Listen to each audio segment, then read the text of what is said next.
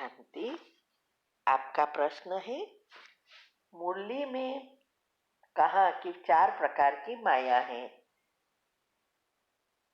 एक रॉयल, प्रख्यात रूप, गुप्त रूप, आर्टिफिशियल रूप। तो ये सारे रूप कैसे पहचाने जब पुरुषार्थ करते हैं? तो उत्तर है, देखो पहले तो ये समझना पड़ेगा कि माया है क्या, तब उनके रूपों को समझ सकेंगे। क्योंकि हम जानते हैं माया ऐसी कोई स्थूल चीज नहीं है जो हम उसको देख सके और पहचान सके। हमने इसके बारे में बहुत सारे टॉपिक जब हम रिसर्च कर रहे थे तब मैंने एक जगह पे पढ़ा था, वैसे तो कई जगह पे लिखा है क्या है माया, और सभी शास्त्रों में एक ही बात कही है कि माया माना अज्ञानता, और ये अज्ञानता ही हमें पाप कर्म करवाता है। तो एक बार हमने ये भी पढ़ा कि लक्ष्मण ने श्री राम को पूछा कि ये माया क्या है, उसको कैसे हम उससे बच सके, उसकी परिभाषा क्या है, हमें डिटेल में समझना है। तो श्री राम ने कहा,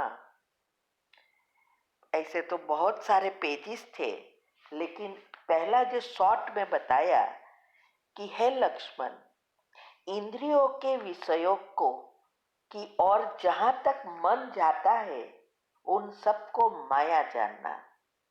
उसमें भी एक विद्या है और दूसरी अविद्या, इन दोनों भेदों को जानो।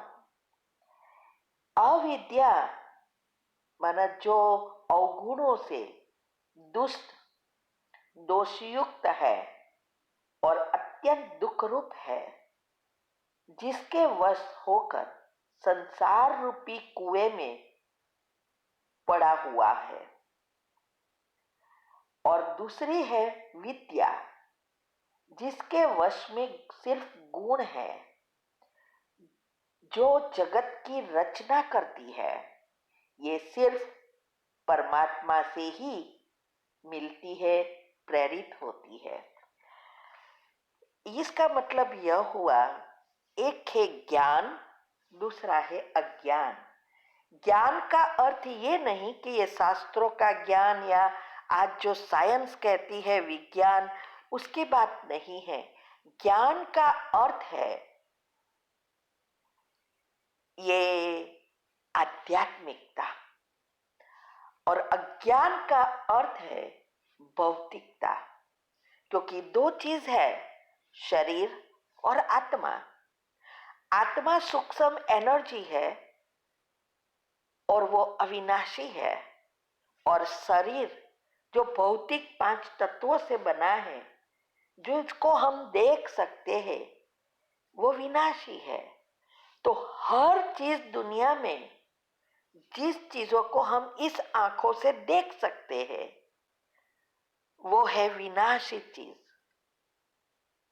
और जो नहीं देख सकते, परमात्मा की एनर्जी और आत्मा की एनर्जी, वो है अविनाशी।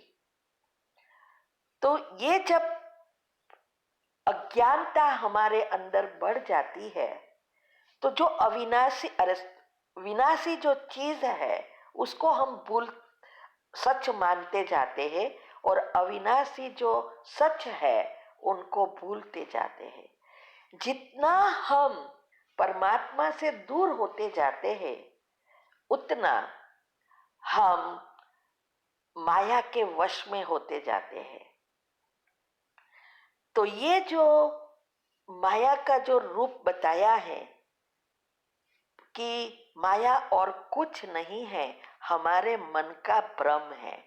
और मन में दोनों संकल्प चलते हैं ना, अच्छे या बुरे। तो जब आत्मा परमधाम से आती है तब उस आत्मा को हाथ में सारा कंट्रोल है, और वो बैलेंस होती है, माना हमारे विचार जो है वो आत्मा की शक्ति से गुणों के विचार चलते हैं, नेचुरल रूप में आध्यात्मिकता होती है, परमात्मा से हम कनेक्टेड होते हैं।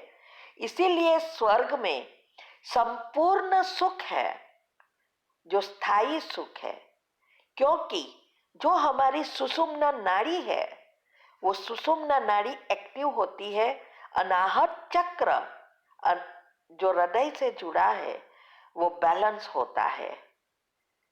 अनाहत का अर्थ ही ये है अजपा जप, माना नॉन स्टॉप एनर्जी को प्राप्त करना, और तब हम संपूर्ण सुख है क्योंकि परमात्मा से कनेक्टेड है। इसीलिए सबने कहा आत्मा हृदय में है, परमात्मा हृदय में है। वास्तव में आत्मा परमात्मा हृदय में नहीं है, लेकिन आत्मा का जो सोर्स एनर्जी है वो परमात्मा की एनर्जी आने का स्थान हमारे से जुड़ा है, उसके द्वारा हमारे अंदर एनर्जी आती है। इसके बारे में हमने बहुत डिटेल में साइंटिफिक रीति से हेल्थ एंड माइंड के चक्र और ये दुनिया कैसे चलती है, यूनिवर्स कैसे सारा चलता है, और कुंडलिनी चक्र में भी समझाया है कि सारा ब्रह्मांड हमारे अंदर सूक्ष्म शरीर में है। उत्तर ध्रुव और दक्षिण ध्रुव ये दोनों धरी पर हमारा जीवन चलता है। तो ये सब बातें अगर आपको अच्छी रीति समझना है तो आप इस चैनल पर जाइए, शिव शक्ति मेडिटेशन बीके कुसुम, और फिर उसमें सब्सक्राइब करो। फिर प्लेलिस्ट में जा सकेंगे, और प्लेलिस्ट में जाएंगे तो ये सब ग्रुप वाइज आपको मिलेगा। जो भी ग्रुप लो वो उसको पूरा करो, और सिर्फ सुनना नहीं है, सुनने के साथ पॉइंट लिखकर समझना है। अगर ना समझ पड़े तो मुझे पूछ सकते हो। तो ये जो तो बात ये चल रही थी कि माया और कोई चीज नहीं है, हमारे विचारों के परिवर्तन होता जाता है, अवगुण आता है, अवगुण के कारण देह अभिमान आता है, देह अभिमान के कारण हमारी भौतिकता की तरफ हम ज्यादा चले जाते हैं और परमात्मा से हम दूर होते जाते हैं, और इससे हमारे विकर्म पाप कर्म बढ़ते जाते हैं।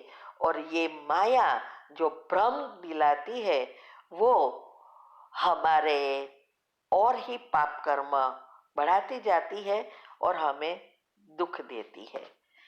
तो जब परमात्मा इस सृष्टि पर आते हैं दुख से छुड़ाने के लिए, तब ये बातों को समझाते हैं कि आध्यात्मिकता क्या है, कैसे हम उनसे एनर्जी प्राप्त कर फिर से आत्मा को शक्तिशाली बनाकर सारे कंट्रोल आत्मा के हाथ में कैसे ला सकते हैं। और ये जब हम करते हैं तो हमारा 63 जन्म जब से द्वापर शुरू हुआ, और द्वापर से जब से पाप कर्म शुरू हुए तब से लेकर ये माया शुरू हो गई, और अभी इतनी प्रबल हो गई क्योंकि संस्कार हमारे बहुत कड़े हो गए हैं, माना एकदम सॉफ्टवेयर पावरफुल हो गया है। अभी हम अच्छे गुणों का चिंतन करने का प्रयत्न करते हैं तो माया भी हमारे पर वार करती है, और जैसे जैसे हम आगे बढ़ते हैं वैसे वो जोर से वार करती है। वैसे तो परमात्मा कहते हैं वो आपको आगे बढ़ाने के लिए आती है, क्योंकि पेपर को पास करते जाएंगे तो नंबर 1 में आ सकेंगे। तो ये जो जब हम पुरुषार्थ करते करते आगे बढ़ते हैं तो हमारे कड़े पेपर भी बाहर आना शुरू करते हैं। तो रॉयल रूप में बना क्या कि हमें ऐसा लगता है कि हम सब धारणाएं करते हैं, हमारा योग बहुत अच्छा लगता है, और कभी कभी ऐसी माया पेपर लेने आ जाती है जो हम तुरंत गिर पड़ते हैं, शंका में चले जाते हैं, संशय बुद्धि बन जाते हैं, जो हमें पता भी नहीं पड़ने देती, जिसको बाबा कहते हैं। जैसे ये जो रेट है, माउस है, मना जिसको उंदर कहते हैं, इंग्लिश में माउस या रेट कहते हैं, वो क्या करता है, फूंक मारता जाता है और काटता जाता है। हमें पता भी नहीं चलता कि ये फूंक मार रहा है या काट रहा है। ऐसे ही माया भी जब आती है रॉयल रूप में, तो हमें पता ही नहीं चलती। पहले सब कुछ ऐसा लगेगा कि ये तो बहुत अच्छा है, कितनी अच्छी व्यक्ति है या कितना अच्छी बहन है, ऐसा। और फिर धीमे से हमें उसके असली रूप में ले जाएगा, पता नहीं चलेगा।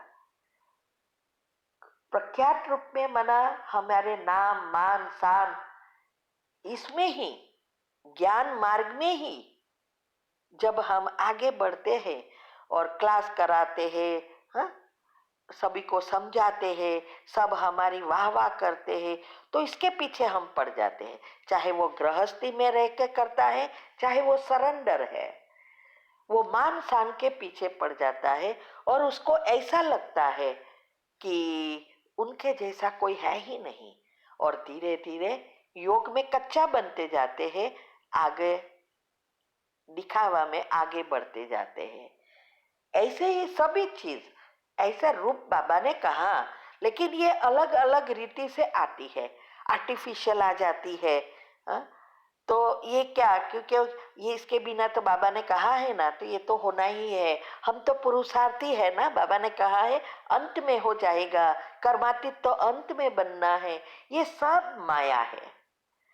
तो पुरुषार्थ करते करते हमें रोज चेक एंड चेंज करना है कि क्या है श्रीमत। बाबा ने क्या कहा मुरली में, आप चाहो तो मुरली से 50 प्रश्न पूछ सकते हैं, लेकिन कोई प्रश्न नहीं पूछते, बहुत कम पूछते हैं। और अगर प्रश्न पूछना शुरू किया तो समझो हमारा पुरुषार्थ बहुत अच्छा है, क्योंकि हमें जानने की, कुछ समझने की और आगे बढ़ने की अंदर से लगन लगी, तभी हमारे अंदर प्रश्न उठ रहे हैं ना। देखो आज भी 30 साल के बाद हम भी कितने सारे प्रश्न निकाल के उसके समझने का प्रयत्न करते हैं। तो ये है चार्ट, योग का चार्ट हमें रखना है, क्योंकि ऐसा ना हो कि सेवा में आगे बढ़ते बढ़ते मान शान में चले जाए और योग ना हो, और योग में बैठे रहो और कुछ सेवा ना करो, ये भी रॉन्ग है।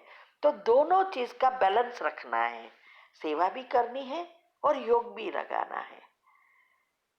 तो इसके लिए ये चार्ट बहुत बहुत जरूरी है। तीसरा, दिनचर्या मनचर्या सेट करना बहुत आवश्यक है, क्योंकि इनसे ही हमारा बायोलॉजिकल क्लॉक और स्लीप साइकिल रिसेट होती है और डीएनए क्लीन एंड क्लियर होते होते हमारे सेल्स को फिर से एक्टिव कर देते हैं, हमारे न्यूरॉन एक्टिव हो जाता है। पुरुषार्थ ही इस सब का है। साइंटिफिक रीति से देखो तो ये पुरुषार्थ है, क्योंकि जितना जितना हमारा योग लगेगा ये सब चीजें होगी और हम जल्दी जल्दी आगे बढ़ेगा। क्योंकि जब हम संपूर्ण बनेंगे तो हमारा ब्रेन 100% खुल जाता है। जिसका जितना बाकी है खुलने का, वही कम एनर्जी आत्मा में है, और जिसका खुला हो गया है 100%, वही पहले जन्म में आते हैं। तो खुला होना मना हमारे अंदर जो न्यूरो सेल्स है उसको सभी को एक्टिव करना। इससे सारे सेल्स हमारे बॉडी में है वो भी एक्टिव हो जाएंगे, पॉजिटिव हो जाएंगे, डीएनए भी इसमें एक्टिव हो जाएगी। ये सब चीजें एक दूसरे से जुड़ी है। इसके लिए भी हमने बहुत अच्छा योग की विधि बताई है।